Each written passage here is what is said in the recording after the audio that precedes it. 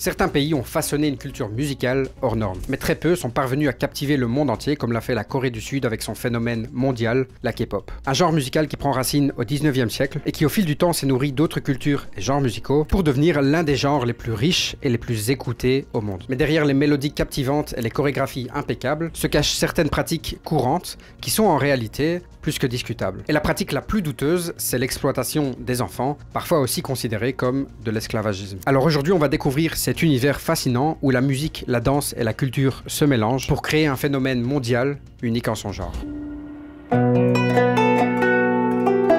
Comme tu le savais probablement déjà, la K-pop est un genre musical qui nous vient tout droit de la Corée du Sud. Le mot K-pop est donc une abréviation pour Korean Pop, qui veut dire ce que ça dit, la musique populaire de Corée. Et en plus de son influence de la musique traditionnelle coréenne, la K-pop est un mélange de styles et de genres venant du monde entier. On a évidemment la pop, mais aussi du hip-hop, du rock, du jazz, de la musique électronique, du disco et parfois même de la musique classique. Et même si le terme K-pop est devenu populaire que dans les années 2000, ce genre musical est en réalité assez ancien. Et pour bien comprendre son histoire, on doit remonter dans le temps en revenant à l'année 1885. Cette année-là, le révérend américain Henry Appenzeller a commencé à enseigner en Corée. Aujourd'hui, il est surtout connu pour avoir introduit le christianisme protestant en Corée, mais il n'a pas fait que ça, parce qu'il a aussi appris des chansons folk américaines et britanniques aux étudiants coréens. À l'époque, ces chansons étaient appelées shanga et elles étaient principalement basées sur des mélodies occidentales populaires, mais du coup chantées avec des paroles coréennes. Les shanga ont été chantées environ pendant 25 ans avant qu'elles ne prennent en popularité, début des années 1910, suite à la période coloniale japonaise. Les Coréens exprimaient alors leurs sentiments contre l'oppression japonaise à travers la musique. En entendant ces musiques, les Japonais ont décidé de confisquer les collections de shanga aux habitants coréens. À ce moment-là, c'était donc devenu un type de chanson interdit, mais qui en réalité était fort apprécié par une grande partie de la population coréenne. Et dans les années 1920, la scène musicale coréenne va voir l'émergence d'un autre style musical,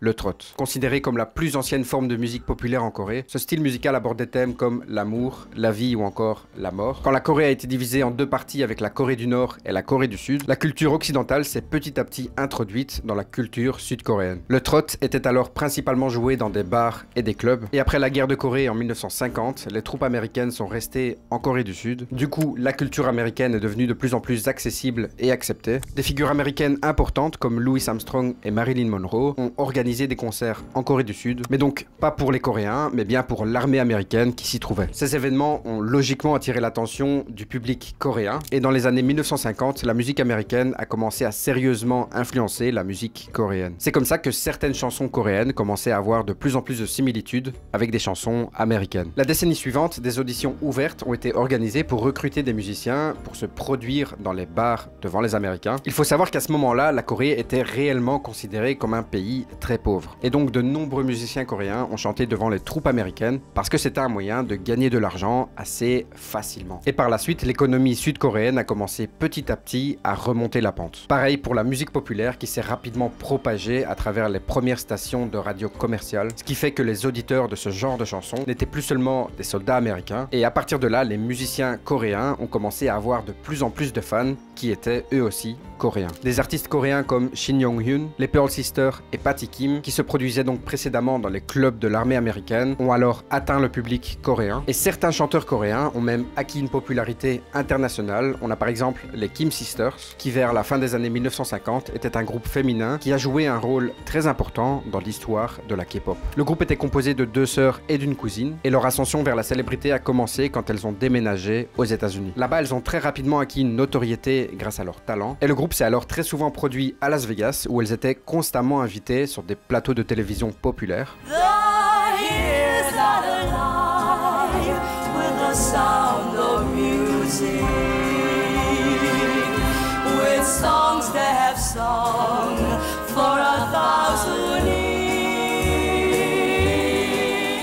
En tant que l'un des premiers groupes coréens à percer sur la scène internationale, elles ont ouvert la voie à d'autres artistes coréens, et leur succès a contribué à élever la musique coréenne à travers le monde et principalement aux États-Unis. Par la suite, elles ont évidemment aussi inspiré énormément d'artistes et de groupes K-pop, et donc l'influence des Kim Sisters sur la musique K-pop peut donc être considérée comme pionnière, tout comme un autre groupe, cette fois anglais, qui deviendra mondialement connu et qui influencera beaucoup la musique coréenne, les Beatles. Au début des années 60, les Beatles ont transcendé les frontières de la musique pop, et même si l'influence des Beatles sur la musique pop peut sembler étonnante, elle est bien réelle. Parce qu'à cette époque, la K-pop était encore en phase de développement et cherchait encore son identité musicale. Et donc en découvrant les Beatles, de nombreux groupes et artistes K-pop des années 1960 ont été inspirés, que ce soit dans leur son, leur esthétique ou la manière de se présenter sur scène. Suite à cette Beatlemania, les premiers groupes de rock locaux sont apparus en Corée du Sud. Et les premiers de ces groupes étaient Ad4 et les Key Boys, qui se sont énormément inspirés des Beatles. Ad4 est d'ailleurs considéré comme le tout premier groupe de rock en Corée. Parce que ce groupe de rock a été fondé en 1962 et il a produit en réalité la toute première chanson de rock, The Woman in the Rain.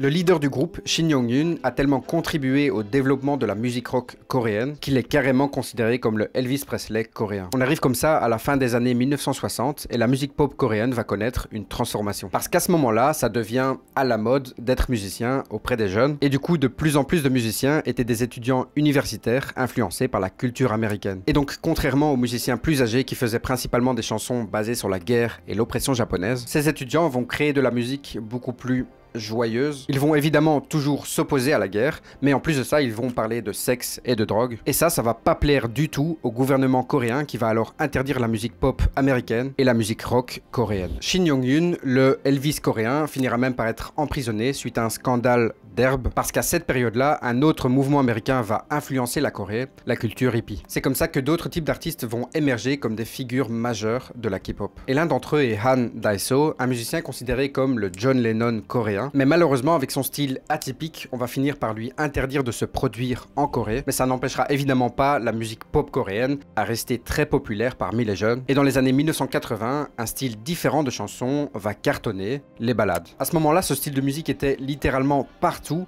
et ça pendant plus de 10 ans. Après quoi, les musiciens coréens ont ajouté beaucoup plus de rock et de jazz, mais aussi de hip-hop dans leur musique. Et suite à ça, un groupe de musique va émerger. Ce groupe, c'est Seotaji and Boys, un groupe qui a marqué un moment révolutionnaire dans l'histoire de la K-pop. Ce trio a été pionnier dans l'introduction de la musique occidentale moderne en Corée du Sud, en fusionnant des éléments de rock, de rap et de musique électronique. Et le groupe a fait ses débuts dans l'émission de talent de la chaîne de télévision coréenne MBC avec leur chanson I Know. Un des morceaux qui représentait pour la première fois une fusion entre la musique pop américaine et la culture sud-coréenne. Non seulement ils ne vont pas remporter le concours de talent, mais en plus de ça, ils vont récolter la plus mauvaise note du jury. Malgré ça, juste après la première diffusion de leur chanson, elle est immédiatement devenue numéro 1 des charts. Et logiquement, leur premier album est aussi devenu l'un des plus populaires en Corée.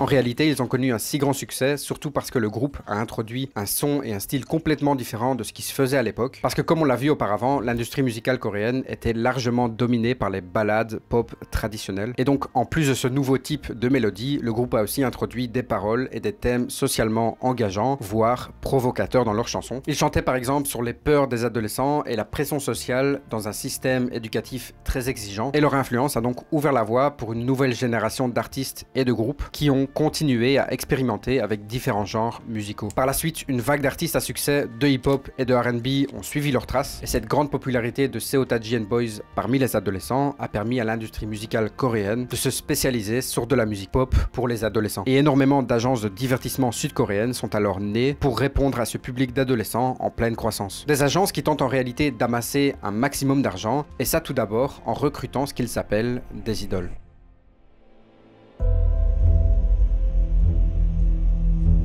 En l'espace de seulement quelques années, 3 studios de divertissement sont apparus. Ces studios ont alors formé des jeunes pour façonner ce qui allait par la suite devenir des groupes d'idoles. En Corée du Sud, le mot idole fait référence aux artistes et aux groupes qui sont produits, formés et ensuite promus par ces agences de divertissement sud-coréennes, des agences qui sont littéralement prêtes à tout pour faire de leur idole des machines à rapporter de l'argent. Ils recrutent alors des jeunes talents à travers des auditions très compétitives, mais quand je dis jeunes, c'est vraiment très jeune, parce qu'ils sont sélectionnés vers l'âge de 10 à 12 ans, et ça principalement sur des critères bien spécifiques. Ces idoles doivent absolument être des artistes très polyvalents, capables de chanter, de danser et de parfois même jouer la comédie. Et s'ils ont la chance d'être sélectionnés, ils fréquentent alors des écoles spéciales où ils prennent des cours de chant et de danse spécialisés. Mais pas que, ils apprennent aussi à se comporter d'une certaine façon dans certaines circonstances pour en quelque sorte se préparer à la vie de star. Autant dire que les agences investissent énormément d'argent et de temps dans la formation de leurs artistes avant de les dévoiler au public. Et quand ils auront l'âge de devenir des célébrités, les studios les lanceront alors en tant qu'artistes solo ou les placeront dans un groupe d'idoles. Mais donc, grâce à ces formations, les chanceux qui vont au bout de la formation peuvent se constituer des fans avant même de faire officiellement leur début, après quoi ils sont souvent placés dans un groupe de jeunes garçons ou de jeunes filles,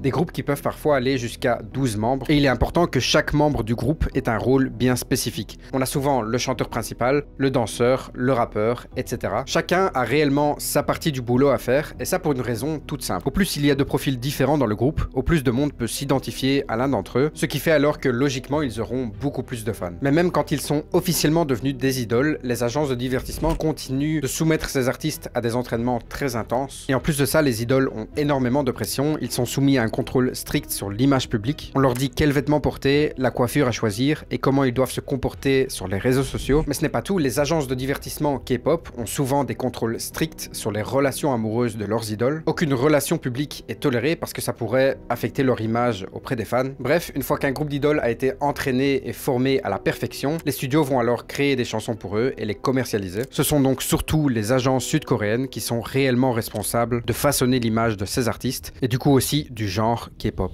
L'industrie exploite donc clairement ces artistes, des artistes qui sont d'ailleurs souvent bloqués avec des contrats à long terme, des contrats qui sont d'ailleurs aujourd'hui appelés des contrats d'esclaves avec des conditions très strictes et qui peuvent donc aussi impliquer une répartition inégale des revenus avec une grande partie des profits allant aux agences de divertissement plutôt qu'aux artistes. Bien sûr, aujourd'hui, tous les agences de divertissement K-pop ne sont pas forcément impliquées dans ce genre de pratique, mais ça a tout de même très longtemps été la norme au sein de cette industrie. Comme tu l'as compris, les groupes d'idoles sont donc l'un des éléments les plus importants de l'industrie de la K-pop et évidemment, ces artistes doivent garder une proximité avec leurs fans. Ils organisent souvent des rencontres ou des événements pour pouvoir interagir régulièrement avec eux, que ce soit en personne ou sur les réseaux sociaux. Et le tout premier groupe d'idoles en Corée du Sud est apparu quand une agence a décidé de former un groupe appelé Hot, en réunissant donc 5 chanteurs et danseurs qui représentaient ce que selon eux, les adolescents voulaient voir à ce moment-là. Ils ont fait leur début après une formation stricte, englobant non seulement les compétences de chant et de danse, mais aussi l'attitude et la capacité à communiquer avec les médias. Absolument tout était calculé et forcément le groupe a connu un énorme succès. Les fans se mettaient même à copier les styles vestimentaires et les coupes de cheveux des membres. Ils présentaient une musique pop plus douce avec des mélodies joyeuses, accompagnées de pas de danse énergiques, une formule qui sera finalement adoptée par énormément de groupes masculins et féminins. Finalement, en s'approchant petit à petit des années 2000, le gouvernement a alors décidé d'investir des millions dans la construction d'infrastructures, de technologies, et même en créant un département spécifique au sein de son ministère de la Culture pour la K-pop, rendant du coup l'accès à l'industrie beaucoup plus simple pour les jeunes coréens. Parce que tu t'en doutes peut-être, évidemment, tout le monde ne peut pas s'auto-proclamer artiste de K-pop. Et pour pouvoir le devenir, il y a des règles à respecter.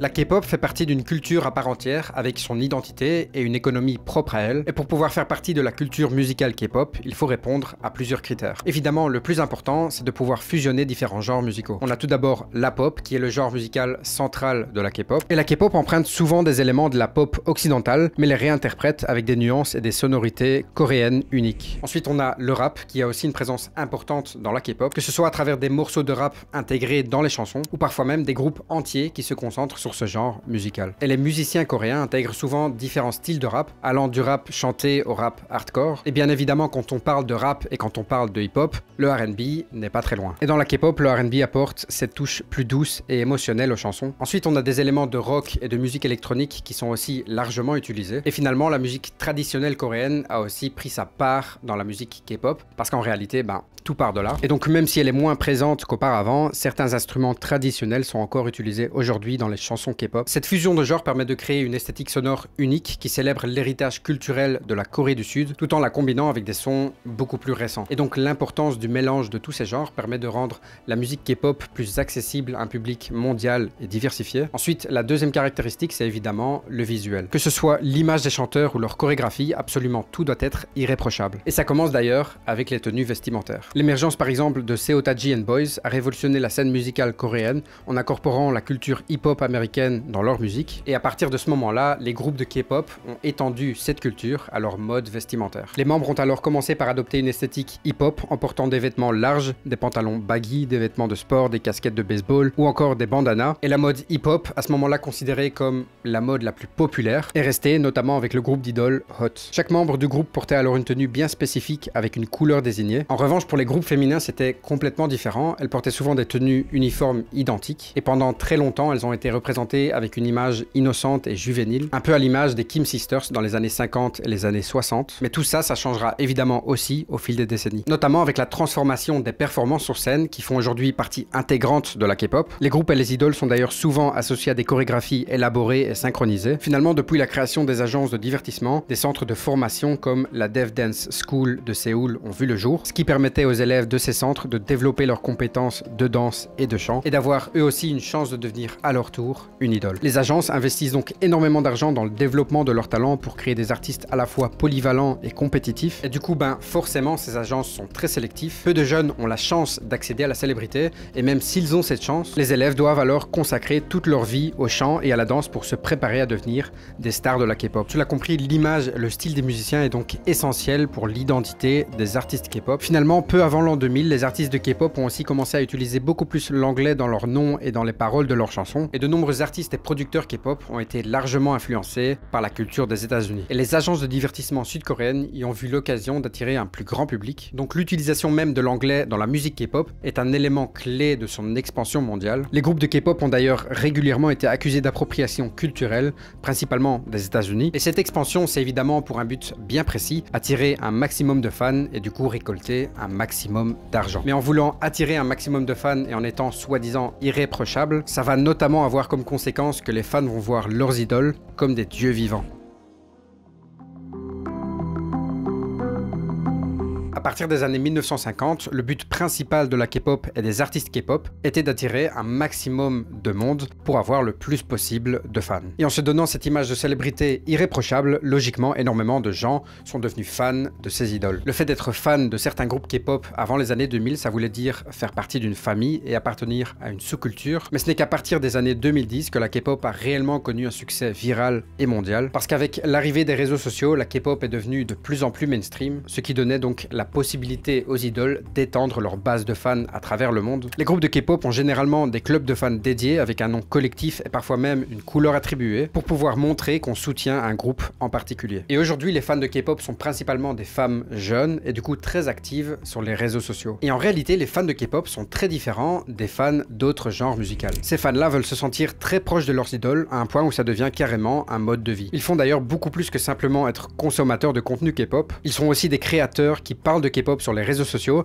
et qui traduisent des chansons, ce qui permet de rendre la K-pop encore plus accessible aux fans internationaux et de mettre la lumière sur les plus petits groupes de K-pop. Mais évidemment, cette proximité entre les fans et les artistes de K-pop peuvent engendrer certaines dérives. Et certaines idoles et groupes d'idoles ont été confrontés à des problèmes avec des fans obsessionnels. Des fans qui harcèlent ou envahissent la vie personnelle de leur artiste préféré. C'est d'ailleurs tellement fréquent dans la K-pop qu'ils ont donné un nom à ce genre de fans. Et en gros, le mot veut dire vie privée, ce qui fait donc clairement allusion à leur penchant pour envahir la vie privée de leurs idoles. Et en réponse à ce problème, une loi a été introduite en Corée du Sud contre le harcèlement des idoles. C'est une loi qui a augmenté la condamnation à 17 000 € d'amende et 2 ans de prison. Mais évidemment, le contraire existe aussi. Il y a aussi des anti-fans de K-pop qui parfois vont eux aussi beaucoup trop loin. L'une des histoires les plus célèbres a eu lieu en octobre 2006. Après avoir bu une boisson contaminée avec de la colle reçue par une anti-fan, le chanteur d'un duo de K-pop nommé YouKnow a été transporté à l'hôpital. Plus tard, la police a découvert que derrière Derrière cette histoire se cachait une jeune fille, et en sachant de qui il s'agissait, Yuno a demandé à ne pas porter plainte contre cette fille qui était du coup très jeune. Et donc finalement, le chanteur a survécu sans trop de problèmes à cette tentative d'empoisonnement. Mais bon, logiquement, cette histoire a choqué et marqué tous les fans de K-pop. Heureusement, ils font partie que d'une toute petite minorité, et rassure-toi, il n'y a pas que du négatif. Parce que les fans de K-pop sont aussi connus pour militer et s'unir contre des problèmes perçus comme injustes dans la société. Les fans de K-pop ont par exemple réussi à noyer des commentaires racistes de certains hashtags sur Twitter, en inondant le hashtag en question de messages antiracistes et d'images de leurs idoles préférées. En plus de ça, la fanbase K-pop a réussi à avoir un impact sur la langue et sur la manière dont les mots sont façonnés et partagés à travers les frontières. Les fans du monde entier communiquent entre eux en utilisant un mélange d'anglais et de coréen, ce qui permet de créer de nouveaux mots coréens qui sont alors beaucoup plus accessibles pour le reste du monde. Et désormais, de nombreuses personnes voyagent à l'étranger pour voir leurs idoles en tournée, et énormément de touristes visitent très régulièrement la Corée pour voir des concerts de K-pop. L'impact de la K-pop est aujourd'hui devenu beaucoup plus grand que ce qu'on aurait pu s'imaginer au départ, parce qu'à notre époque, ce genre musical est écouté à travers le monde.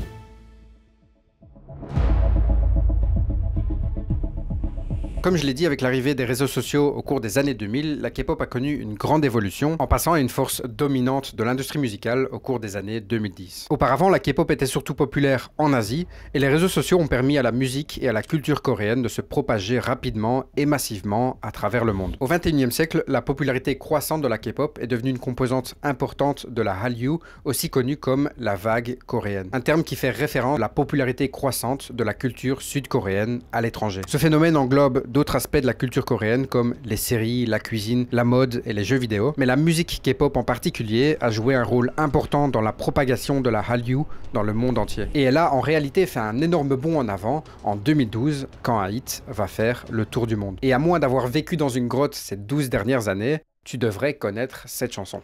Oppan Gangnam Style. Gangnam Style. Oppan Gangnam Style. Quand le chanteur Psy sort sa chanson Gangnam Style, il entre directement en tant que numéro 1 du classement sud-coréen. Par la suite, il connaît un succès planétaire. Le clip officiel deviendra même la chanson la plus visionnée de l'histoire de YouTube à ce moment-là. Il sera d'ailleurs même le premier à dépasser le milliard de vues sur YouTube pour un seul clip. Et aujourd'hui, elle est aux alentours de 4 milliards de vues. Cette chanson a donc fait connaître la K-pop à travers le monde entier. Le seul petit défaut, c'est que le chanteur Psy n'est en réalité pas du tout considéré comme un idole. Et l'année suivante, ce sera un groupe nommé BTS qui fera réellement connaître la K-pop à l'international. Parce que c'est probablement le groupe qui a le plus marqué l'évolution de la K-pop ces dernières années. Composé de 7 membres, le groupe BTS a pris d'assaut la scène musicale mondiale depuis ses débuts en 2013 et ils ont conquis le monde avec un mélange unique de musique, de performances scéniques impressionnantes et de messages importants à travers leurs paroles. Au fil des années, ils ont accumulé une immense base de fans à l'international, des fans qu'ils appellent ARMY, et ils ont brisé de nombreuses barrières en devenant notamment le premier groupe de K-pop à remporter un Billboard Music Award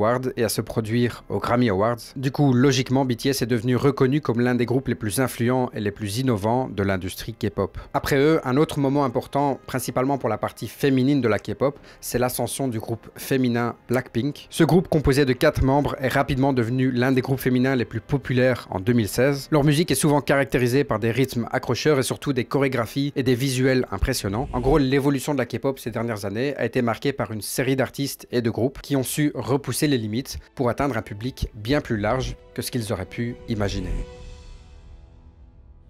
Voilà, n'hésite surtout pas à me dire en commentaire si ce type de vidéo dans lequel on analyse un genre musical te plaît. J'espère en tout cas que c'est le cas. Et si c'est le cas, tu peux évidemment t'abonner et mettre un petit j'aime sous la vidéo. Ça permet de faire avancer la chaîne. Et nous, on se retrouve la semaine prochaine dans une nouvelle vidéo sur YouTube pour une nouvelle histoire. Oh, say less. I'm back in that bag again. Yeah.